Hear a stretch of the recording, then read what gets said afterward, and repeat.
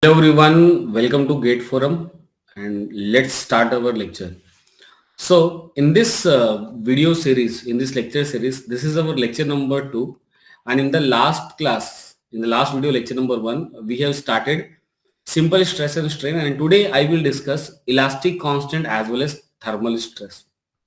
Very important topic, elastic constant as well as thermal stress. Okay, very important topic as well as thermal stress. Suppose if we discuss about gate examination, so I can say every year question will be definitely one question will be from this topic, elastic constant as well as thermal stress. That's why very important topic. I should say very important topic here. Here we have lecture number 2. So students, please watch this lecture series so that you can get benefit how you can able to solve questions in your gate examination, what are the topics, what are the shortcuts, everything I'm dealing with you here in this video lecture series. But this is not a paid course, a full course. This is on YouTube.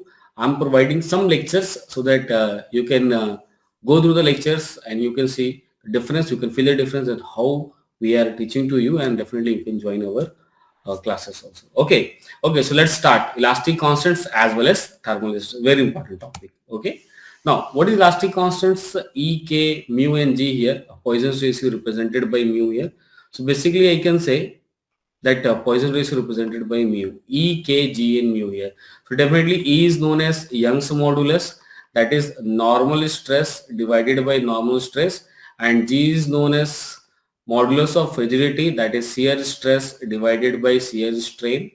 Shear stress divided by shear strain, as well as K is known as normal stress divided by volumetric strain, or we can say in this way, that is pressure divided by change in volume dV by V, like this only here with the minus sign also I can say here.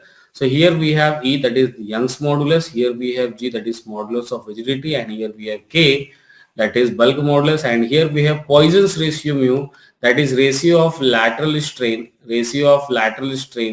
to longitudinal strain. Here we have mu. So here we have four elastic constants, and we have done this elastic constant, that Young's modulus, modulus of rigidity, as well as bulk modulus, and Poisson's ratio here. Okay, students. Okay, now here these are the formula for these four, and now we will go for the relation between these also. So very frequently we are using all this Young's modulus, modulus of rigidity, as well as bulk modulus. So from here we have derived the formula, that is E delta L is equal to PL divided by A into E. In the last class, in lecture number 1 we have done, you can watch the lecture number 1 video of strength of material here in the same series on this YouTube channel, that is Gate Forum YouTube channel. Okay, and here for G we have formula, K we have formula, and here we have mu. Mu means here we have mu, that is the Poisson's ratio. Poisson ratio means ratio of lateral strain to longitudinal strain. Let me define what is lateral and longitudinal strain. Suppose here we have a rod. And suppose force is applied here in this direction. Along the length.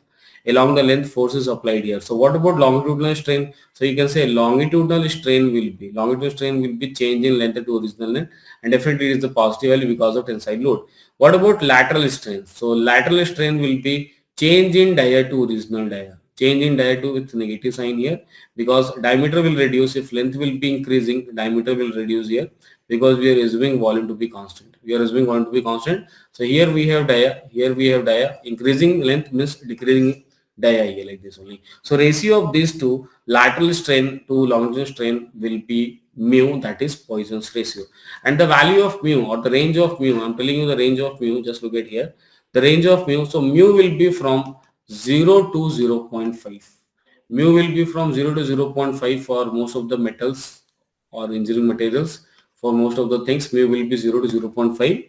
We are not going for the exception case mu negative like this only, because not in our syllabus for gate examination. Okay. Now, what is the minimum value of mu? If somebody says minimum Poisson's ratio, you will say 0 for cork. You will say for cork material. What about mu maximum?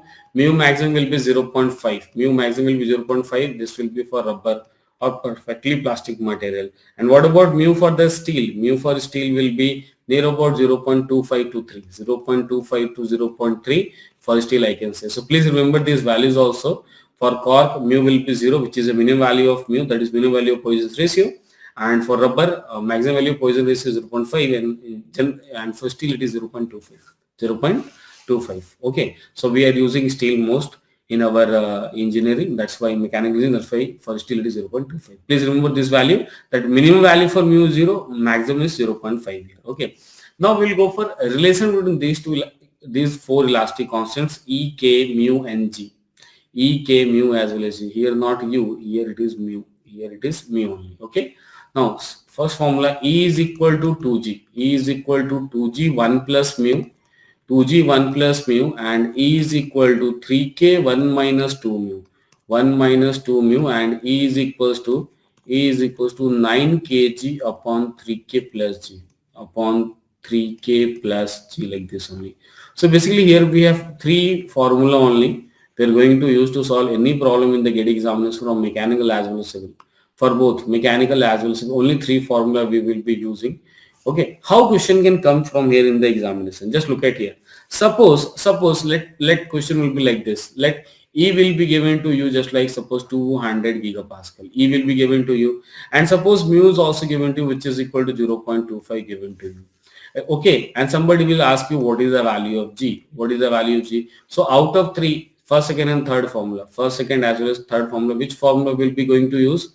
So here first one, definitely we'll use first one, that is E equal to 2G multiplied by 1 plus mu. Just put the value of G, put the value of E and mu here. So the value of G will be, first of all, the value of G will be E divided by twice of 1 plus mu. Twice of 1 plus mu. What is the value of E? That is 200 gigapascal, and twice of 1 plus mu, that is 0.25. 0.25. So 1.25, that is 2.5.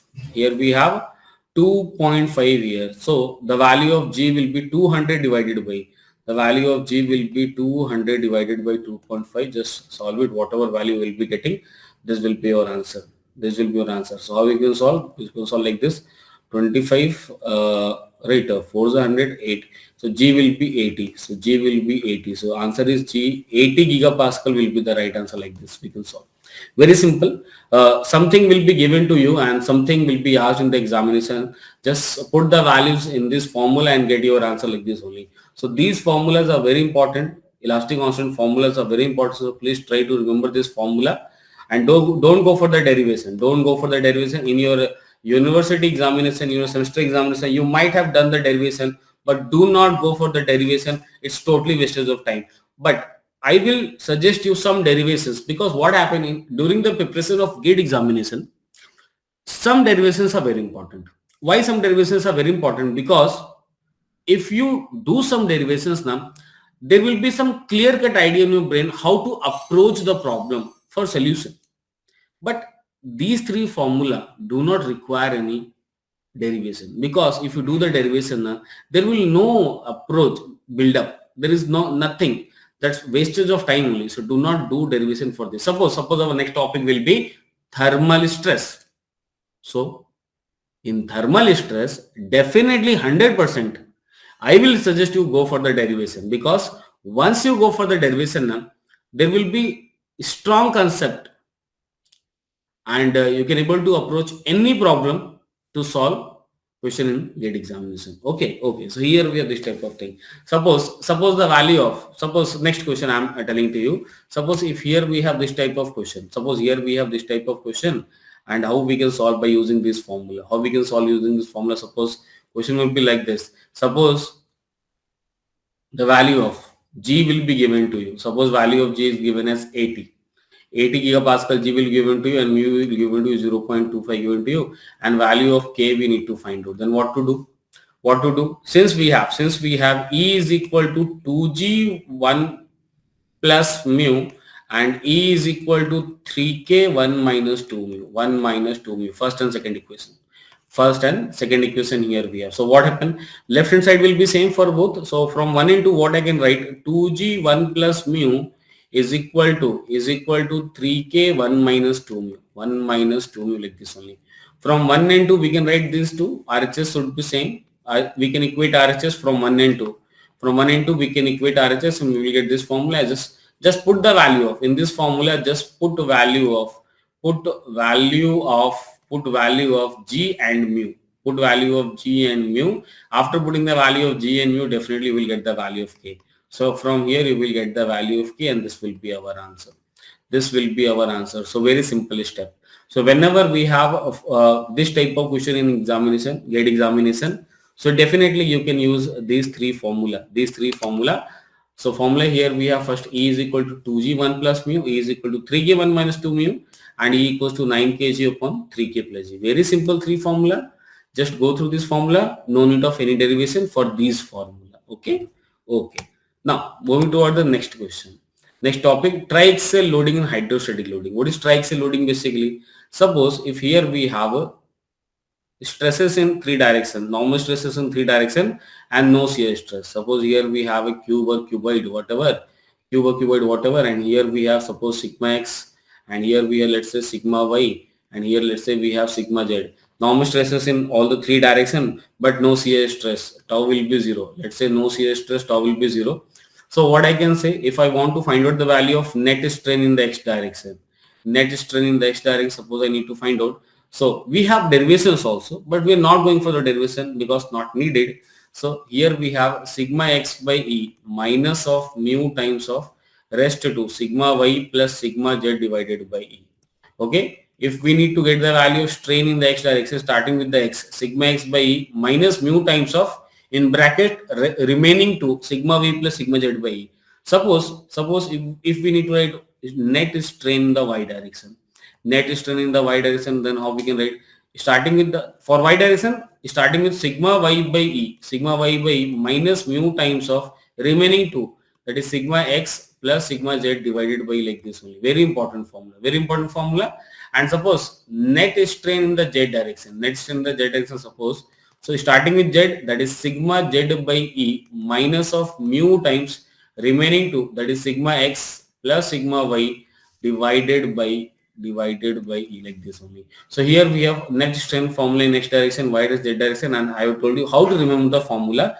For example, sigma x, starting with x, sigma x by E minus mu times of remaining to sigma y plus sigma z by E, and epsilon y, for epsilon y starting with the y, sigma y by minus mu times of remaining to sigma x plus sigma z by, like this only. So very important formula. Please remember this formula, very important formula, and write one note point also. Very important, first of all, very important, write one note point, put proper sign. Suppose if sigma x or sigma y or sigma z, if these three, if anyone is supposed tensile, consider it as positive, and if anyone is compressive, it is negative. Put the value with proper sign. Proper sign will be utilized, otherwise your answer will be wrong. Proper sign should be used. Proper sign of sigma plus or minus should be used here. In here, suppose sigma x, here we have 50, so put positive 50 here. Suppose if it is compressive, put negative 50 here, like this only. So very simple three formula to get the value of net strain in the x direction, y direction, as well as z direction. Very simple first thing. So please remember, very important, should I write once again? Very important three formula, so many times used in GATE examination. Do not go for the derivation, not needed. Just remember the formula, and I have told you the trick also, how to remember very simply. With three formula. Okay. Now there is one term, that volumetric strain. There is one term which is known as volumetric strain. Now what is volumetric strain? Suppose you go for the volumetric strain. Suppose somebody is saying what is the volumetric strain, that is change in volume to original volume, how much for this slab. So we'll say the volumetric strain, or which is change in volume to original volume, is epsilon x plus strain in the y direction epsilon y plus strain in the z direction epsilon z. If you add this, what I will get? I will get sigma x plus sigma y plus sigma z divided by E multiplied by 1 minus 2 mu. 1 minus 2 mu multiplied by 1 minus 2 mu. Okay, this one change in volume to original volume, or this is volumetric strain. So please remember the formula for volumetric strain, or change in volume to original volume. Very important formula. Please remember, so many time question we have in the previous GATE examination, PYQ from this topic. Okay, now how question can come?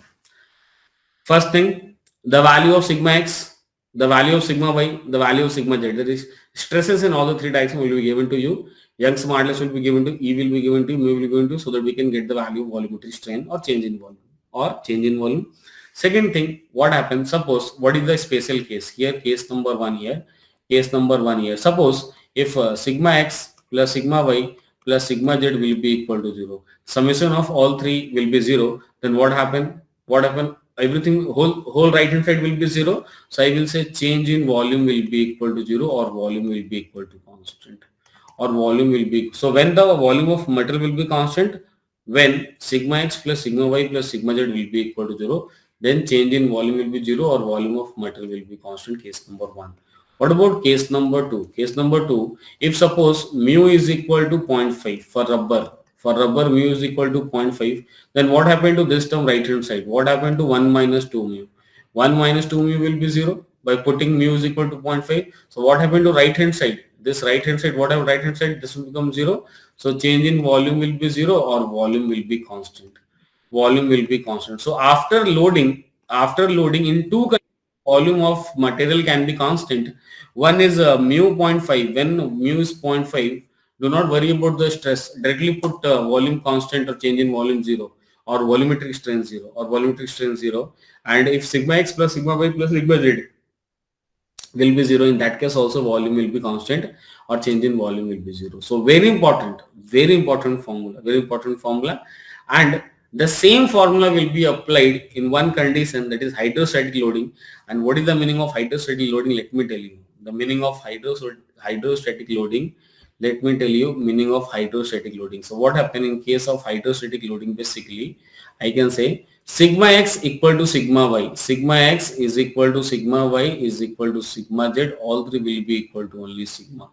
If all three will be equal to only sigma, just put all, use the same formula, na? Use everything same. Just put sigma x equal to sigma y equal to sigma z, and you will get everything, whatever you want to calculate. Everything, volumetric strain also, strain in x direction also, strain in y direction also, strain in z direction also. You will get your value. You will get your value only. Very simple, very simple.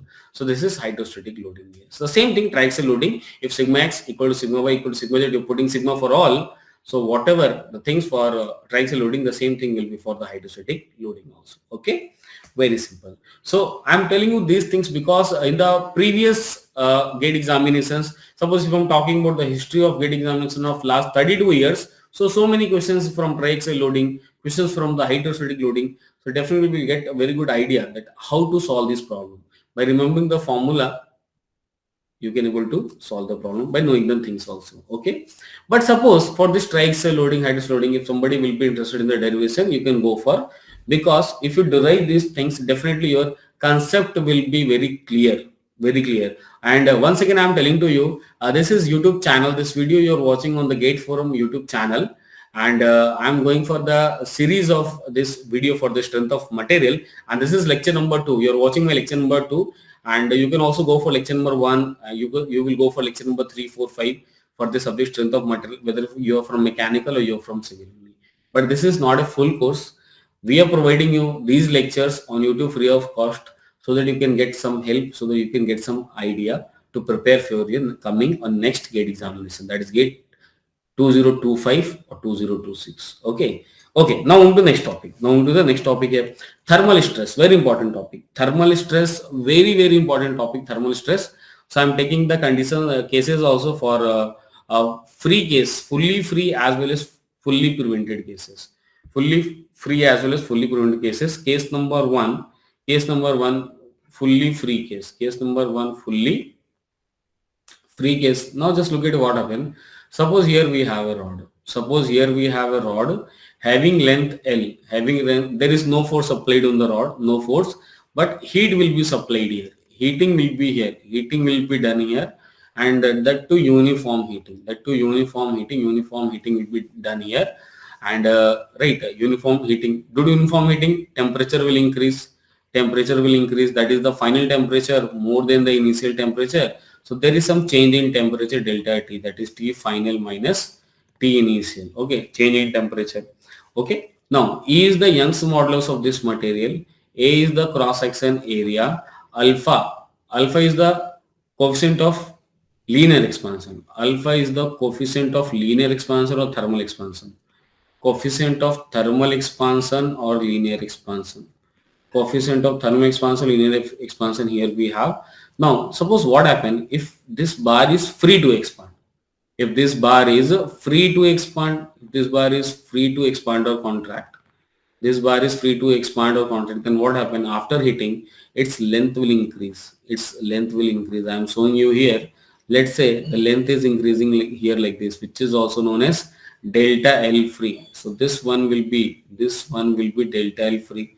So here this length will be delta L free here, and this free length is L alpha delta t. Free change in length is L alpha multiplied by delta t, where L is the length of the rod initially and alpha is the coefficient of thermal expansion, linear expansion, and delta T is the change in temperature. Delta T is the change in temperature only. So by knowing the value of L alpha delta T, we can get the value of delta L free. It can be 4 mm, 5 mm, 2 mm, whatever. There will be some increase in the length.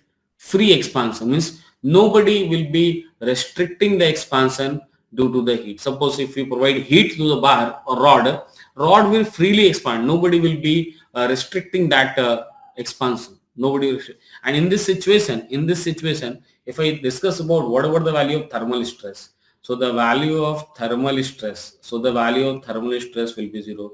Sigma TH will be 0. Thermal stress will be 0 here. Thermal stress will be 0 here. First case, fully free case. First case, fully free case. There will be some increase in the length due to the heat, but there will be no stress. Why there will be no stress? Because there will be no restriction of prevention. Because in the last class, if you go for the lecture number 1 of mine only in this series only, because here we are in lecture number 2. If you watch lecture number 1 videos, I have taught one very special concept on the stress. And what was the very special concept on stress? What is stress? Disturbance to the molecules against the will of the molecule. That means if molecule is willing to expand, if molecules willing to go away from each other and they are doing the same, then there will be no disturbance to the molecule and there will be no stress developed or generated inside the body. That's why thermal stress will be 0 here. Thermal stress will be 0 here. This is the very special thing I have taught you in the lecture number 1. Special concept of, I have taught you special concept on stress. Special concept on stress. Very unique definition, very unique style of teaching stress. If you haven't watched this topic, please go in the lecture number 1 of the same series in strength of matter on this YouTube channel only, Gate Forum. Go for lecture number 1, strength of material. You will get this special concept on stress. Okay, that if there will be some disturbance to the molecules against the will of the molecule, that means suppose if molecule is not willing to go away from each other, and suppose anyhow you have done, that means they get disturbed, so they will oppose. That means they will just provide some resistance, and that due to that resistance there will be stress. But here there is no opposition due to them from molecule side, because molecules are willing to go away from each other because of heat only. That's why thermal stress will be 0 here. Okay, very simple, very simple. Now second case, here we have a fully prevented case. If you go for the fully prevented case, just look at here. Here we have second case, which is fully prevented case. Okay, so now we are going for the second case, which is fully prevented case. So what happened in case of fully prevented case? Just look at here. In case of fully prevented case, what happens? Suppose here we have a rod. Here we have a rod, and this rod is fixed on both the sides. This rod is fixed on both the sides. Here we have having length L, Young's modulus E, area A, and here alpha, that is coefficient of linear expansion, thermal expansion, and delta T is the change in temperature. Delta T is the change in temperature. And let me tell you all the formula valid for both heating as well as cooling. Here on the previous page also, all the formula valid for both heating as well as cooling for both. Okay. Now what happen if here heating will be done? If here heating will be done, what happen? What happen? How much length will be prevented from the expansion? If somebody will ask you what is delta L prevented, you will say, sir, since here it is fully prevented now. So whatever length it will try to expand, the same thing will be fully prevented, which is equal to delta L free. Equal to delta L free, you will say. which is equal to delta L free. So what is the value of delta L prevented here?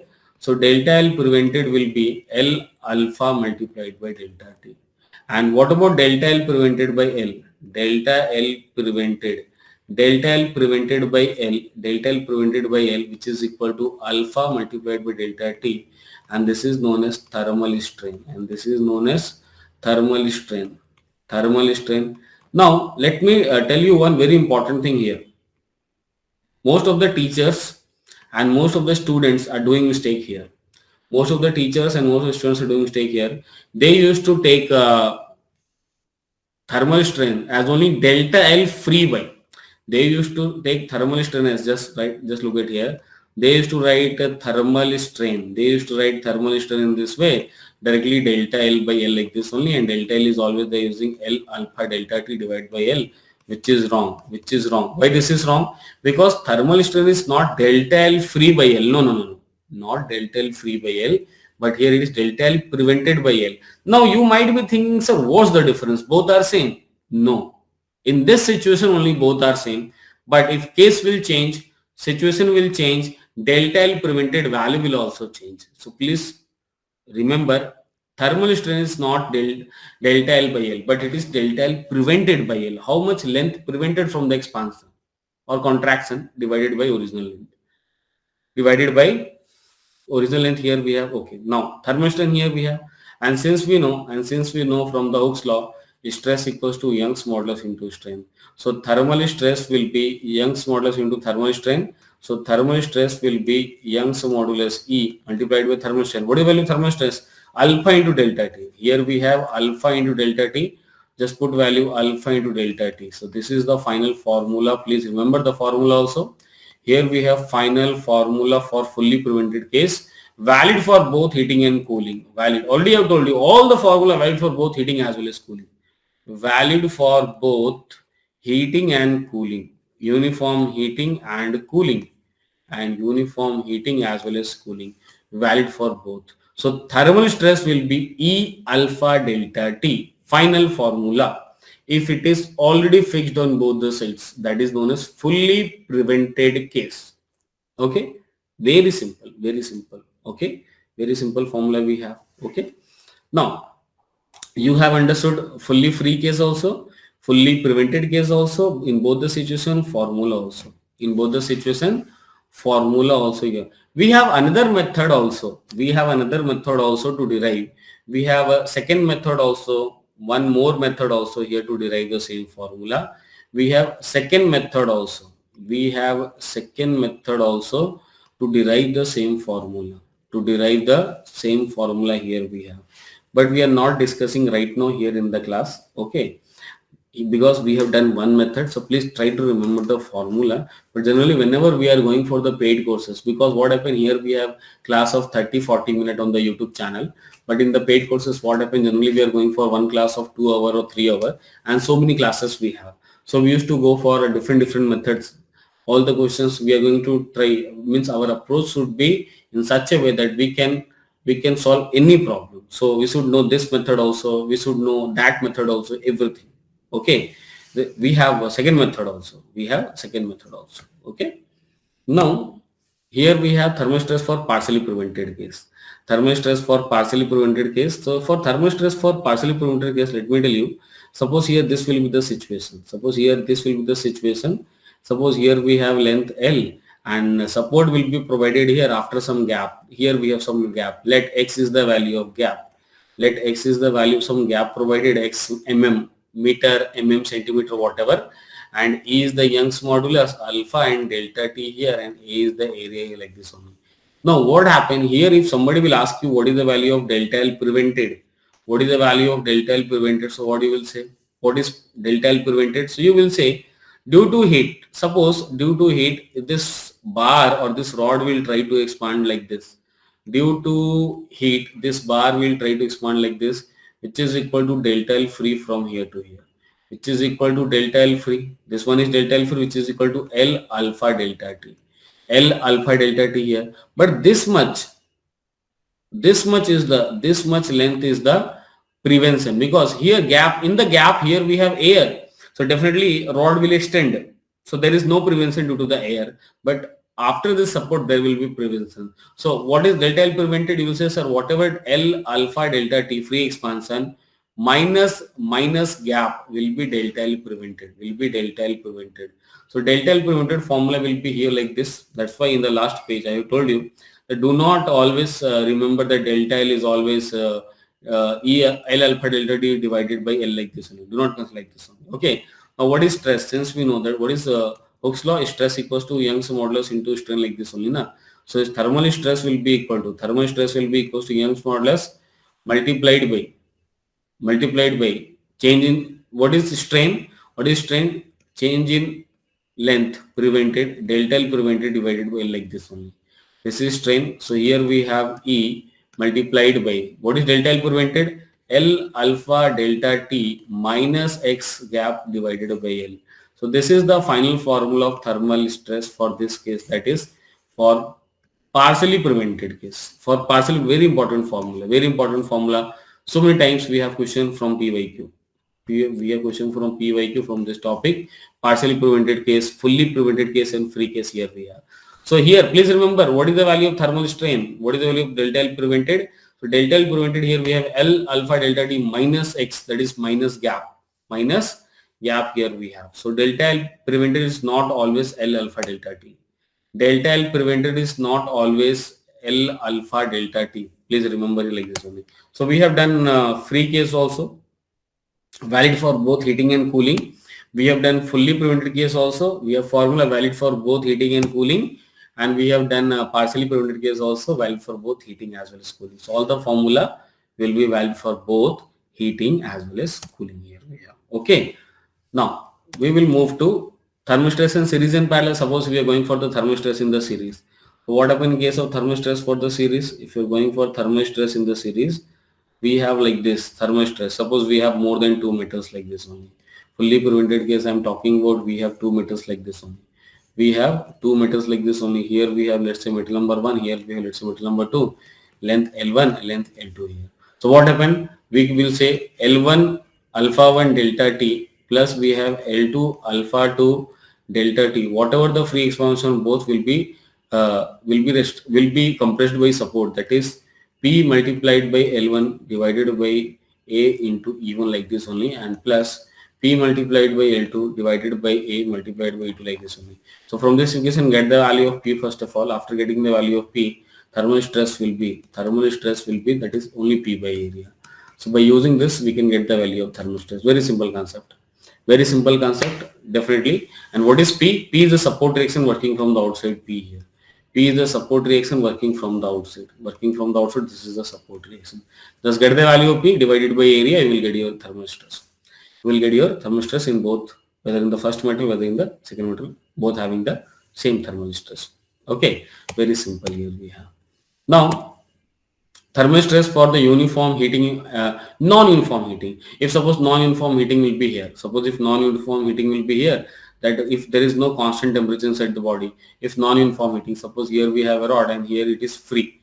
This rod is free here, this rod. So if somebody will ask what is the value of thermal stress, so we will say, sir, right now in the today's class you have taught thermal stress is equal to 0 in the free case, but this is not true here because here it is non-uniform heating. What do you mean non-uniform heating? Here less heat will be provided Q1, here more heat will be provided Q2, here more heat will be provided Q3. If non-uniform heat will be provided in between the molecules, so they will resist each other. Definitely here we have some value of thermal stress. So yes, there will be some value of thermal stress here, but which is not equal to 0. Which is not equal to 0 like this only. So in case of uniform heating and cooling, definitely some thermal stresses will be there, but we don't need to get the value of formula and nothing. Just get the concept only, no need of any formula, not in our syllabus right now. We just get the formula, just get the concept only that there will be some stress. Okay, but don't go for formula. Don't go for formula of non-uniform heating and cooling only. Okay, now here we have engineering and true stress strain. Engineering and true stress strain here we have. Okay, engineering and true stress strain. So if you go for engineering and true stress strain, so what I can say, what is engineering stress? Basically stress load upon original area. Load upon original area. And what about engineering strain here? Change in length to original length. But what about true case? So what is true stress. So true means load upon instant area. Load upon instant area. Load upon instant area. So this will be engineering multiplied by 1 plus epsilon engineering strain. This is the formula. What is AI? Instant area. What is A naught? What is A naught? Original area of the rod. Original area of rod. Original area here we have. And what is AI? Which is instant area at any particular instant area. Because what happen if we apply tensile load, if we apply tensile load here na, if we apply tensile load P here, what happen, area will not remain A naught. As length increases, area goes on decreasing. So definitely AI will be less as compared to A naught, like this only. So here in case of true, it is not original area, always it is instantaneous area.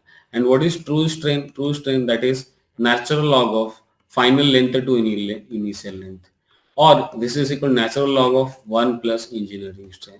So please remember the formula for true strain, or please remember the formula for true strain and true strain, true stress as well as true strain. So many times we have question in the GATE examination, very simple small question.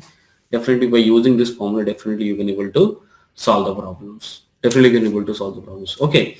So here we have done this elastic constants as well as thermal stress in our lecture number 2, and we have left with this stress and curve, and we will go for one separate. In lecture number 3 we will cover this. In lecture number 3 we will cover this topic very separately. Okay. Engineering stress strain curve and for ductile material and different material, we will cover this in lecture number 3. In our third lecture, in my next lecture, video lecture in the same series, this will be done in the next lecture. This will be done in the next lecture, that is in lecture number 3. That is stress strain curve, resilience, toughness, so many things will be done in lecture number 3 here. Okay, so what I can say, all these things will be done. So here on this YouTube channel, that is Gate Forum YouTube channel, I am providing you series of videos for subject strength of material for both mechanical as well as civil, engineering students for coming GATE examination. Suppose they are going to appear in GATE 2025 or 2026. So these videos will be very helpful for you. Okay. So I am providing you very good idea of the whole syllabus of the strength of material. I will be teaching in so many videos. Suppose here today is our lecture number 2. This video is our lecture number 2. So you can watch lecture number 1 also. Now after one day you can go for lecture number 3, lecture number 4, lecture number 5, like this only. So in lecture number 3, 4, 5, so many lectures will be there. In this GATE 2025, GATE 2026, your next GATE exam, you definitely you will score best in your GATE examination. Okay, so please subscribe this channel, this YouTube channel, like this video, and if you have any query, any questions, any doubt in your mind, please write in the comment box. I will be personally replying you. Okay, so please write your comments in the comment box. If you want to ask something, watch this video, share with your friends also, share this video with your friends also, and like and subscribe this YouTube channel Gate Forum. Okay, so thank you all of you for watching the video, and we will meet in the next video, that is lecture number 3 in the same series, strength of material. Bye all of you, bye.